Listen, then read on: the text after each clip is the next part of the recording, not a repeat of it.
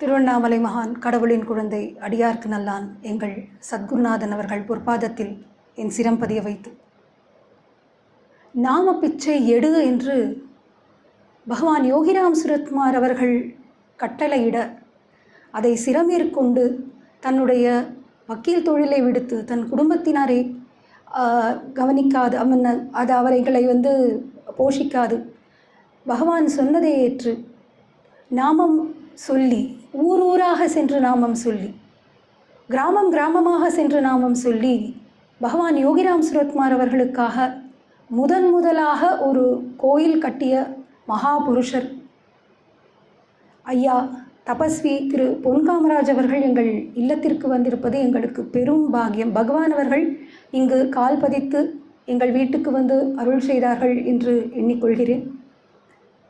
பகவானின் கருணை அளப்பறியாதது.